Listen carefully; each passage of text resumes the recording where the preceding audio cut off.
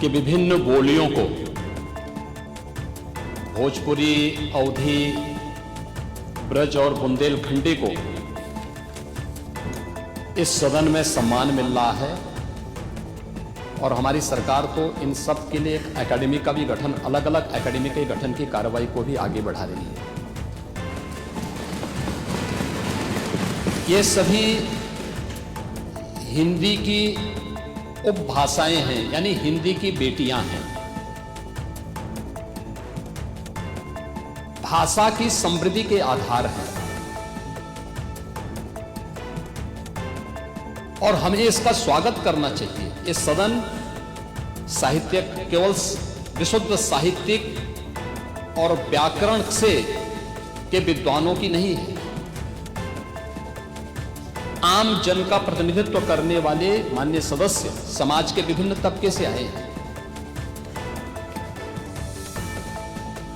अंतिम पायदान पर बैठे हुए व्यक्ति की आवाज को भी इस सदन में मुखरता मिले। इसके लिए अगर किसी को हिंदी में वह धारा प्रवाह नहीं बोल सकता, उसको भोजपुरी में भी अपनी बात को रखने का, अवधी में, ब्रज में या बुंदेलखंडी में उसको रखने का अधिकार मिलना चाहिए। ये कौन सी बात हो गई कि भोजपुरी में ना बोले, अवधी में ना बोले, इसका अंग्रेजी का हिंदी में ना बोले और उर्दू क्या वकालत कर रहे हैं? बड़ी विचित्र बात है।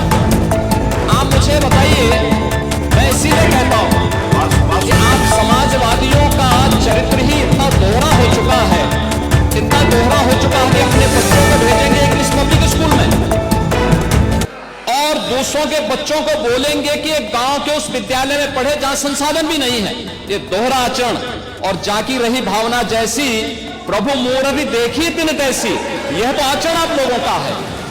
इसीलिए आपने कल भी भोजपुरी का विरोध किया, अवधी का विरोध किया, बुंदेलखंडी का विरोध किया और आप लोग अपने दैनिक जागरण में, दैनिक जीवन में इस प्रकार के आचरण के आदी हो चुके हैं। और इसलिए अध्यक्ष जी, इसका अभिनंदन हम लोग करते हैं और इन बोलियों को सम्मान मिलना चाहिए। इनके संरक्षण के लिए ही हमारी सरकार भोजपुरी एकेडमी का गठन कर रही है, अवधी एकेडमी का गठन कर रही है संत तुलसीदास जी के नाम पर। इसी के आधार पर ब्रज भाषा इतनी समृद्ध भाषा है।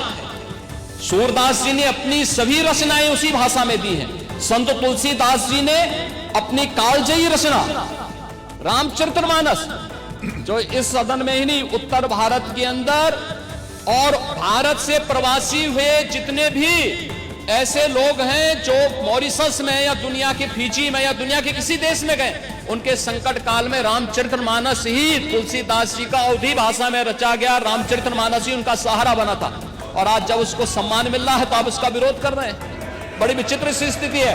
आप हर अच्छे कार्य का समाज, आज के यही ढोंग है आप लोगों का, यही ढोंग है। हर अच्छे कार्य का आप विरोध करेंगे, हर अच्छे कार्य का आप विरोध करेंगे। हर अच्छा कार्य जो प्रदेश के हित में है, देश के हित में है, आप उसका विरोध करेंगे। और मुझे लगता है इस प्रकार के विरोध की निंदा होनी चाहिए और हम इसका समर्थन करते हैं जो उत्तर प्रदेश की बोलियों को सम्मान मिल रहा है। मैं आपका धन्यवाद करूंगा और विधानसभा सचिवालय को इस बात के लिए धन्यवाद दूंगा। कल हम लोगों ने यहाँ पे इसका शुभारंभ किया, समाजवादी पार्टी ने उसका विरोध किया है और मुझे लगता है कि प्रोसीडिंग का हिस्सा होना चाहिए। इनको समाज के सामने एक्सपोज करना चाहिए। अपने बच्चों को ये लोग पढ़ाएंगे इंग्लिश स्कूलों में और दूसरे के बच्चे के लिए अगर वो सुविधा सरकार देना चाहते हो, कहते नहीं उर्दू पढ़ाओ इसको, यानी उसको मौलवी बनाना चाहते हैं, कठपुल्ला पर की ओर इसको ले जाना चाहते हैं। ये नहीं चल सकता।